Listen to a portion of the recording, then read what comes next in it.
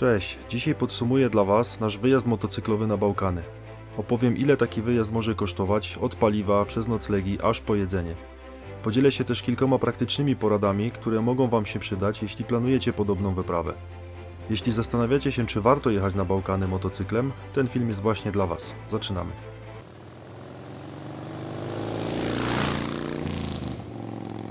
Ruszyliśmy, jak już wiecie, z Austrii, gdzie mieszkamy na co dzień. Przez Węgry wjechaliśmy do Bośni, a dalej do Czarnogóry, gdzie objechaliśmy niesamowite góry Durmitor. Później północną częścią Czarnogóry dotarliśmy do Albanii.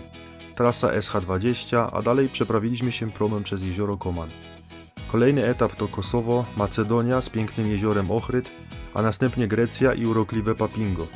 Stamtąd ruszyliśmy nad morze i wybrzeżem wróciliśmy przez Albanię i Czarnogórę, docierając nad Zatokę Kotorską. Na koniec Chorwacja, klasyczna trasa adriatycka i przez Słowenię wróciliśmy z powrotem do Austrii. W sumie około 4000 km, 9 krajów i 12 dni jazdy pełnych widoków, emocji i przygód. A teraz przejdę do konkretów. Przedstawię Wam po kolei koszty, które ponieśliśmy podczas całej naszej wyprawy oraz dorzucę kilka praktycznych porad, które mogą Wam się przydać. Jeśli o czymś zapomnę, piszcie śmiało w komentarzach, postaram się odpowiedzieć na wszystko.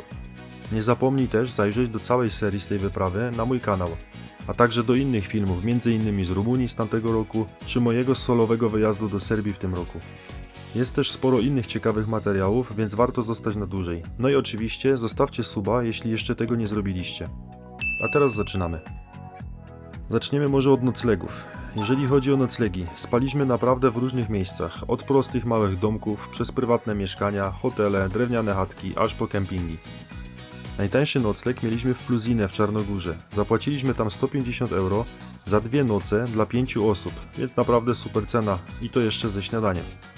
Z kolei najdroższy był w Chorwacji na kampingu, gdzie zapłaciliśmy 250 euro za 2 noce, ale już tylko na 3 osoby i bez śniadania. Łącznie spędziliśmy 11 nocy w trasie i finalnie wyszło około 255 euro za osobę, czyli mniej więcej jakieś 1100 zł. Myślę, że to całkiem rozsądna cena jak na 12 dni podróży przez 9 krajów. Co ważne, nie rezerwowaliśmy noclegów z wyprzedzeniem. Codziennie po południu patrzyliśmy mniej więcej dokąd uda się dojechać i wtedy szukaliśmy czegoś na bieżąco. Najczęściej przez Booking. Taki system bardzo polecam, bo w podróży nigdy nie wiesz, co Cię spotka po drodze, gdzie się zatrzymasz na dłużej, albo co nagle przyciągnie Twoją uwagę. No dobra, jeżeli chodzi o paliwo, tankowaliśmy praktycznie codziennie, zazwyczaj rano albo wieczorem dzień wcześniej. Bardzo ważna rada, starajcie się zawsze ruszać w trasę z pełnym zbiornikiem paliwa, szczególnie jeśli jedziecie w góry. Często jechaliśmy przez odludne tereny, lasy, góry, bez zasięgu i bez żadnej stacji benzynowej w pobliżu. W takich sytuacjach pusty bak to spory stres. Jeśli chodzi o płatności, nie mieliśmy żadnych problemów, wszędzie można było płacić kartą lub gotówką. Ja korzystałem z Revoluta i wszystko działało bez zarzutu. Jeśli chodzi o ceny paliwa, różniły się troszkę w zależności od kraju, ale ogólnie były zbliżone do tych w Polsce. Przejechaliśmy łącznie około 4000 km, jak już wspominałem, co daje około 285 euro za osobę, czyli mniej więcej 1200 zł. Waluty w krajach na trasie. Przez te 9 krajów, które odwiedziliśmy, mieliśmy do czynienia z kilkoma różnymi walutami. Austria, Słowenia, Chorwacja, Grecja, wiadomo, jest euro i płaciliśmy euro, co znacznie ułatwia sprawę. Na Węgrzech obowiązuje forint węgierski, więc warto mieć trochę lokalnej gotówki, jeśli będziecie potrzebować. W Bośni i Hercegowinie płaci się marką bośniacką, która jest powiązana z euro, ale czasem lepiej mieć euro przy sobie. W Czarnogórze i Kosowie również używa się euro, mimo że nie są oni oficjalnie w Unii Europejskiej. Za to w Albanii obowiązuje lek albański, dlatego tam warto wymienić trochę lokalnej waluty. Warto się przygotować na to, że w niektórych miejscach płatności kartą mogą nie działać, więc dobrze mieć przy sobie gotówkę. Jeśli chodzi o autostrady i winiety, na trasie mieliśmy kilka opłat drogowych, o których warto pamiętać, zwłaszcza jeśli jedziecie motocyklem. Węgry i Słowenia. Tutaj obowiązują winiety również dla motocykli. Trzeba je kupić wcześniej online albo na miejscu, ale najwygodniej przez internet. W Słowenii winieta na motocykl kosztowała nas około 11 euro. W Kosowie zapłaciliśmy 10 euro przy wjeździe. To obowiązkowa opłata, niezależnie od tego, ile czasu tam spędzacie. W Chorwacji nie ma winiet, za to są bramki autostradowe. Płacisz za konkretny odcinek. Na powrocie jechaliśmy 2 takimi odcinkami i zapłaciliśmy odpowiednio 15 i 4 euro. W sumie opłaty drogowe wyszły nas około 40 euro za osobę, czyli jakieś 175 zł. Warto o tym pamiętać, żeby nie mieć potem niespodzianek na granicy albo na bramkach.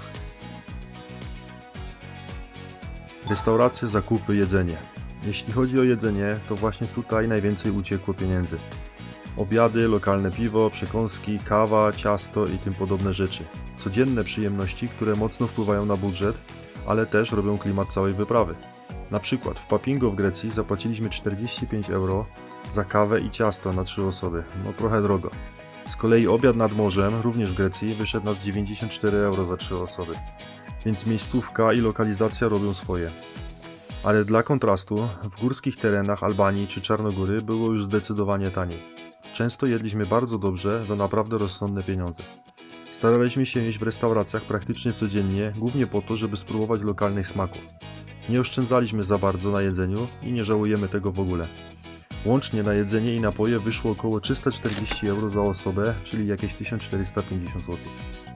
Jeśli chodzi o różne atrakcje i opłaty wjazdowe, oczywiście po drodze były też różne opłaty za atrakcje i wjazdy, które nie da się pominąć, jeśli chcecie coś zobaczyć. Na przykład wjazd do parku Durmitor w Czarnogórze kosztował nas 6 euro od motocykla. Przeprawa promem przez jezioro Koman w Albanii również 32 euro od osoby. Droga widokowa nad jeziorem Ochrydzkim w Macedonii, za wjazd zapłaciliśmy po 5 euro. Do tego jakieś drobne pamiątki, magnesy, około 5 euro. Łącznie na takie dodatkowe rzeczy wyszło około 48 euro, czyli mniej więcej jakieś 200 zł na osobę. Więc tak, łącznie biorąc pod uwagę wszystkie wydatki, czyli noclegi, paliwo, jedzenie, opłaty drogowe, atrakcje i pamiątki, całkowity koszt wyjazdu wyniósł mnie około 970 euro za osobę, czyli w przeliczeniu mniej więcej jakieś 4100 zł. Nie wiem co o tym sądzicie, według mnie jak na 12 dni, 9 krajów i ponad 4000 km uważam to za dobry wynik. Szczególnie biorąc pod uwagę to, że nie odmawialiśmy sobie ani jedzenia w restauracjach, ani atrakcji po drodze. I jeszcze na koniec chciałem podziękować całej ekipie za super atmosferę, śmiech, wsparcie i wspólne kilometry. Kilka fotek z trasy i już planujemy kolejne wyprawy. Dajcie znać w komentarzu, gdzie chcielibyście pojechać następnym razem, albo jeśli macie pytania o trasę, chętnie odpowiem. Dzięki, że byliście z nami w tej serii, zostawcie łapkę, komentarz i do zobaczenia w kolejnych materiałach. No dobra, słuchajcie, dojechałem. Już jestem prawie pod domem. Mamy zrobione 3930 km, prawie 4000 km. Według mojego licznika 70 godzin w siodle. Dziękuję za oglądanie, zostawcie subskrypcję. Jak się podobało, to również lajka, komentarz i do zobaczenia w kolejnej podróży. Koniec. Dotrwałeś do końca, no to po co się tak szybko rozstawać? Zobacz na jakiś film, który jest wyświetlany obok, zasubskrybuj kanał. Po co masz mnie potem szukać po całym YouTubie jak zaginione skarpetki?